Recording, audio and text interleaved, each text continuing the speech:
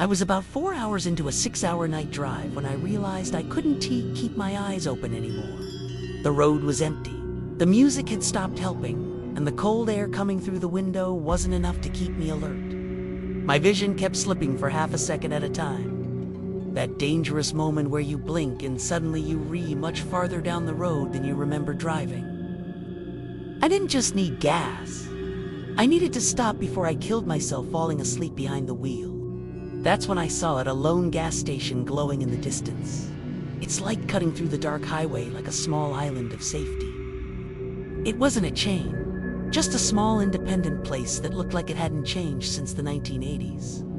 2 pumps out front, 1 low building behind them, and a hand-painted sign above the road that read, "Last stop for 70 miles." The lot was empty except for an old pickup truck parked around the side. I felt relief more than suspicion, pulled in, filled my tank, and went inside for coffee and a bathroom break. Inside, the place felt strangely sterile and empty, like a set instead of a real store. The fluorescent lights were too bright, the shelves too perfectly arranged, and the air smelled faintly of cleaning chemicals and old coffee. The attendant was a thin, tired-looking man in his 50s who barely glanced up when I walked in. But when he did look at me, something in his expression shifted. Not surprise exactly, more like concern. I poured myself a bitter coffee, grabbed a candy bar, and brought them to the counter. As he rang me up, he kept looking past me toward the window in the parking lot. "Driving alone?" he asked. "Yes. Long trip. Few more hours." He hesitated, then slid a napkin across the counter. On it, written in shaky pen, were the words, "You're being followed. Don't go back to your car." I laughed at first, thinking it was a joke or some weird attempt at humor, but his face didn't change. He pointed at the security monitor behind him. On the screen, in black and white, I saw my car parked at the pump, and standing beside it was a tall, dark figure, motionless, facing the building. I turned around instantly. There was nothing outside, just my car and the empty highway. When I looked back at the screen, the figure was still there.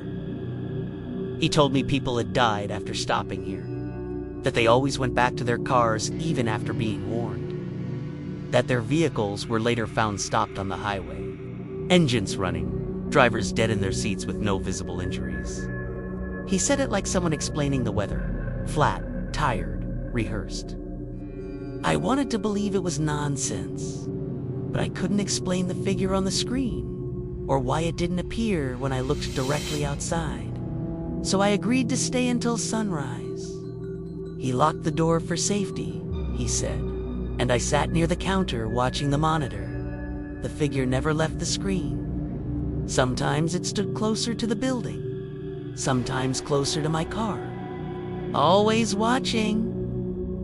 After an hour, I noticed something wrong. The timestamp on the footage said 11:47 p.m. It was after 3 a.m. The video wasn't live. It was looping. I quietly walked toward the back room instead of the bathroom he pointed me to.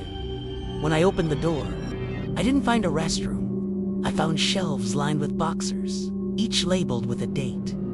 Inside the boxers were wallets, phones, keys, and driver's licenses. The faces on those licenses matched the missing people from the articles. He hadn't been warning anyone. He'd been keeping them. When I turned around, he was blocking the doorway with a cord in his hand, smiling in a way that didn't reach his eyes. I grabbed a wrench from a shelf, hit him with it, ran through the store, smashed the window, cut myself climbing out, and sprinted to my car. I drove until the sun began to rise, and I will never stop thinking about what I saw through the broken window as I escaped. The security monitor was still on. The figure was still there, but it wasn't standing by my car anymore. It was standing exactly where I had been standing inside the store.